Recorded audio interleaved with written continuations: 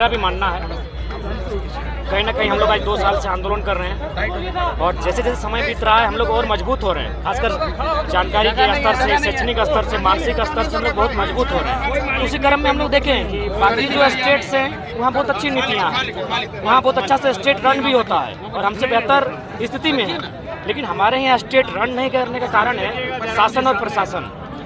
और शासन और प्रशासन रन नहीं कर रहा क्योंकि हमारी सत्ता में जो लोग बैठे हैं उनके पास आइडियाज नहीं है, पढ़े लिखे कम हैं, उनके पास दूर की सोच होती है वो नहीं दिखती है।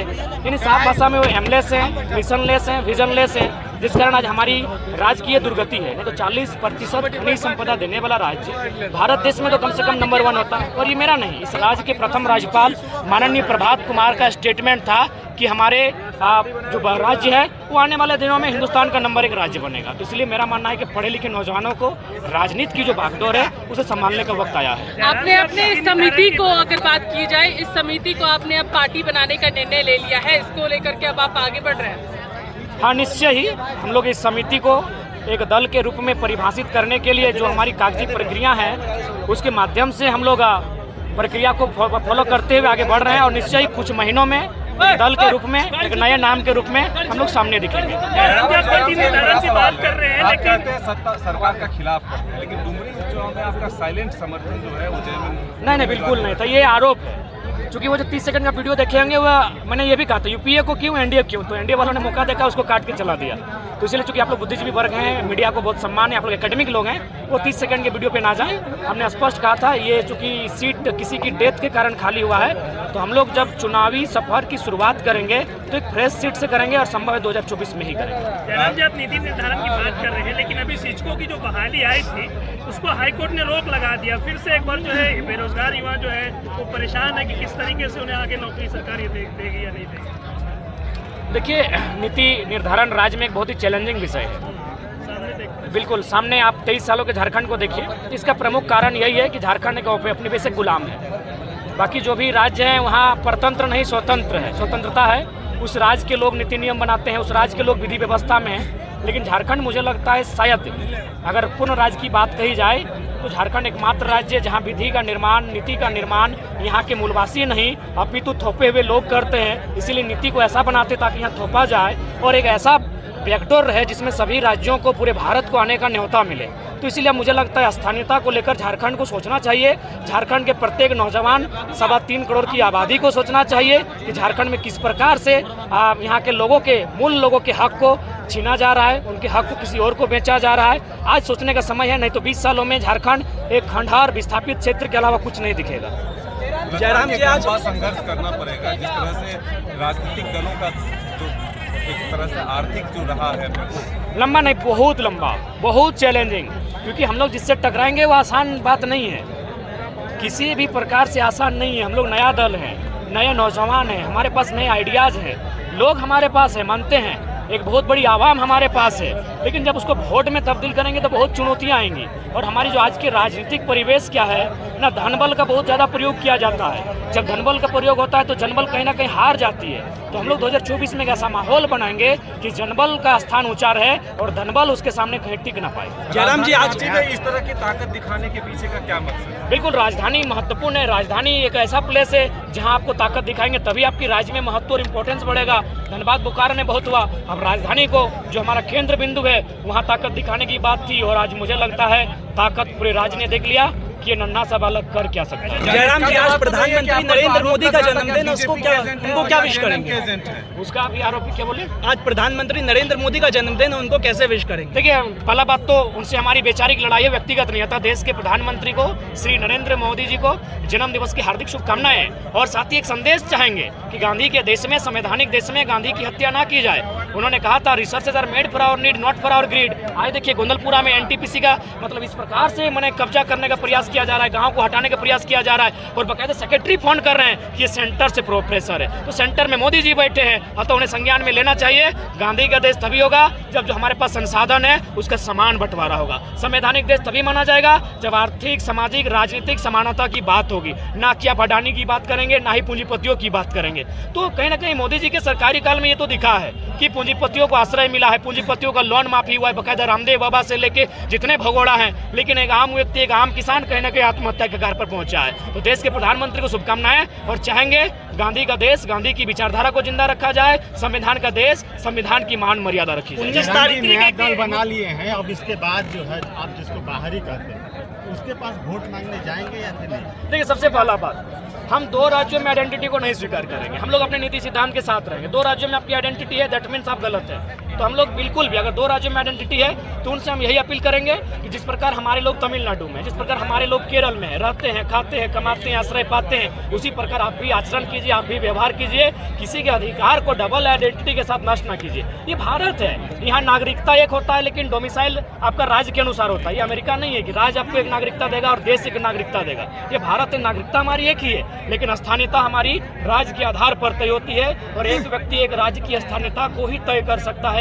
अपना जो अधिकार है, उस राज्य का प्रावधान है, एक ही राज्य में तय कर सकता है। तो उन लोगों से मेरा विनम्र निवेदन होगा कि भाईचारा का संदेश दे और किसी के हिस्से को छीनने का कार्य न करें। जयराम जी 19 सितंबर से जयराम अपने भाषण में कहे हैं कि रोजगार की ओर युवा ध्यान दे, क्योंकि नौकरी में कुछ रखा नहीं है। नौकरी रहेगा तो फिर क्या बोलते हैं, प्रमोशन मांगेगी, मतलब कि बहुत महंगी बातें हैं। जो नौकरी को लेकर के जो लगातार जो है आप लोकसभा भी करते हैं, उसमें अपना जिक्र करते हैं, तो ये रोजगार की बात कर रहे हैं सीएम। देखिए, यदि राज्य में नौकरियां हैं तो भाई नौकरियों पर आपको राज्यवासियों के अधिकार को देना है, क्योंकि सरकार अपने उसी को कह के बनाया था।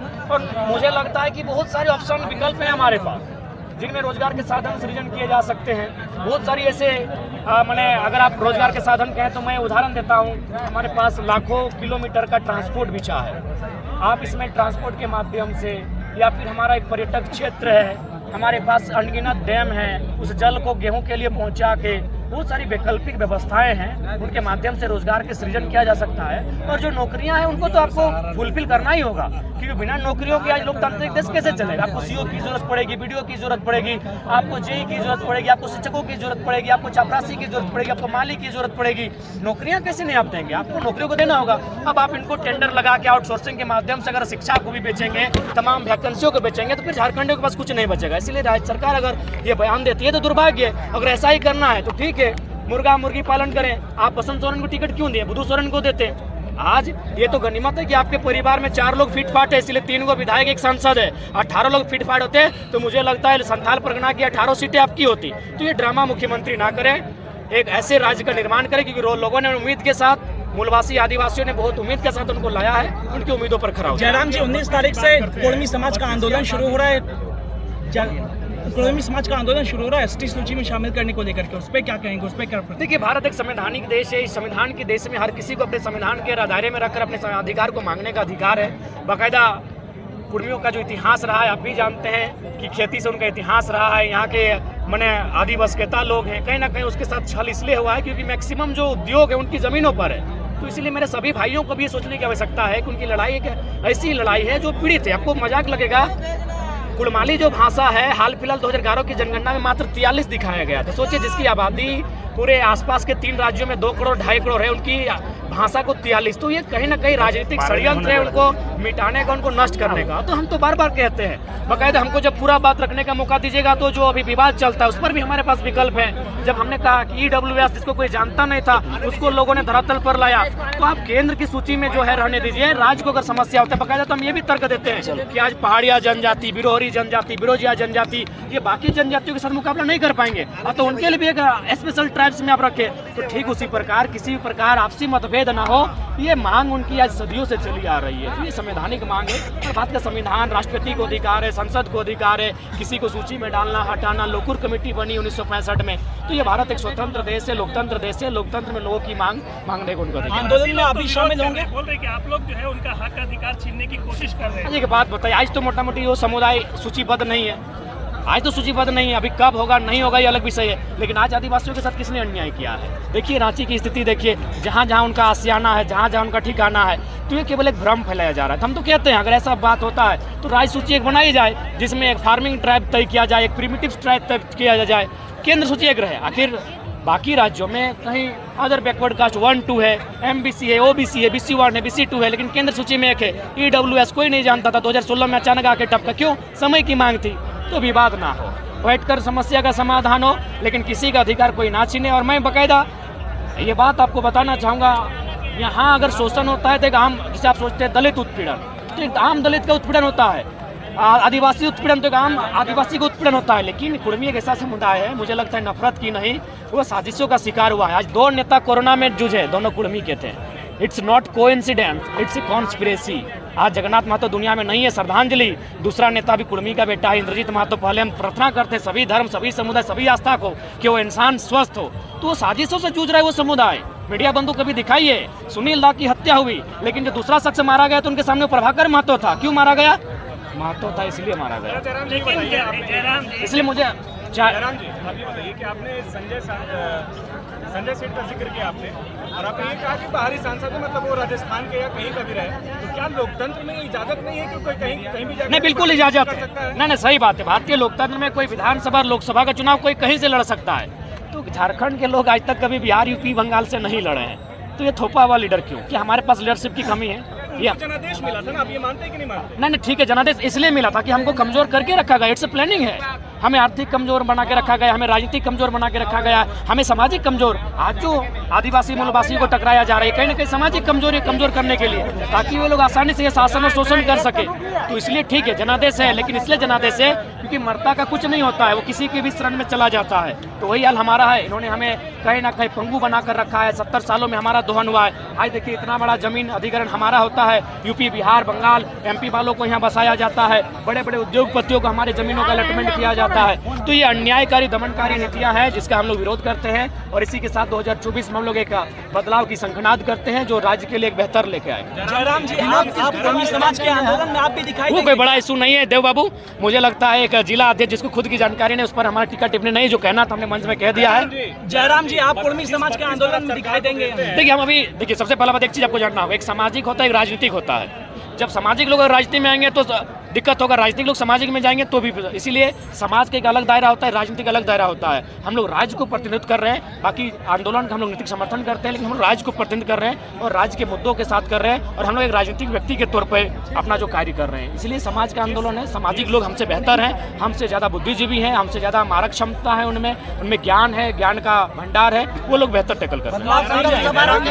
32 पर आप सरकार को घेरते हैं, जिस 32 पर आप सरकार को घेरते हैं, मतलब कि आप अपनी सभाओं में 32 का जिक्र करते ही करते हैं और प्रमुखता उसको जगह देते हैं आप। वही सरकार, मतलब जो मौजूदा सरकार है यहाँ पर, वो 32 को लेकर के जो है कैबिनेट से पास करती है, विधानसभा से पारित करती है, तो वो कहीं ना कहीं जो है 32 को लेकर के वो जो है वो भी मुखर है। लेकिन आप जो है, चूंकि संवैधानिक तौर पर आप देखेंगे, चाहे कॉन्स्टिट्यूशन लेवल पर देखेंगे या हाईकोर्ट की तरफ से जो भी न्यायालय का जो भी आता है, मतलब कि 32 के आधार पर नियोजन नीति नहीं बनाया जा सकता है, जिसका जिक्र जो है सदन में हो चुका है। तो क्या 32 के आड़ में जो है वर्तमान की सरकार वो भी राजनीति कर रहे हैं, और 32 के आड़ में अभी मतलब बीच का कोई रास्ता आप क्यों नहीं बताते? मतलब इसमें जनता पिस रही है ना, झारखंड की जो जनता है। देखिए, हमने स्पष्ट कहा है कि राज्य सरकार बुलावे तो सही, हम लोग कब बोले कि नहीं बैठेंगे। हमारी आपसे वैचारिक लड़ाई है, शारीरिक लड़ाई नहीं है। आप बोलिए, नौजवान बैठेंगे, मीडिया के सामने बैठेंगे, चर्चा करेंगे।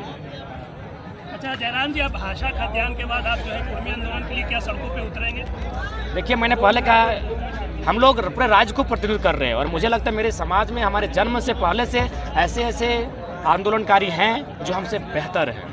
अगर आपको न्योता मिला तो जाएंगे आंदोलन में? कि आप सड़क पे देखिए, हमसे देखिए, सामाजिक और राजनीतिक दोनों अलग विषय है। हम अगर उतरेंगे तो फिर आप ही लोग मीडिया कर्मी इस 1932 के आंदोलन को दो फाड़ कर देंगे।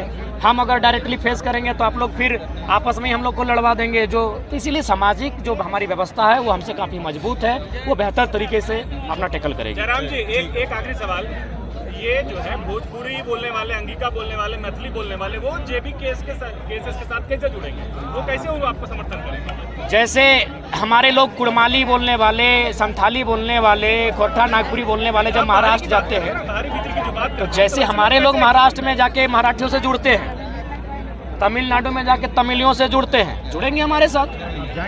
आपके पास क्या है इसका कोई रूपरेखा होगा ना? कैसे कन्विंस करेंगे आप? कन्विंस करेंगे, उसके लिए हमारी रूपरेखा है, लेकिन पहले ही हम लोग स्पष्ट कह दिए, डबल जो आइडेंटिटी है वो हमें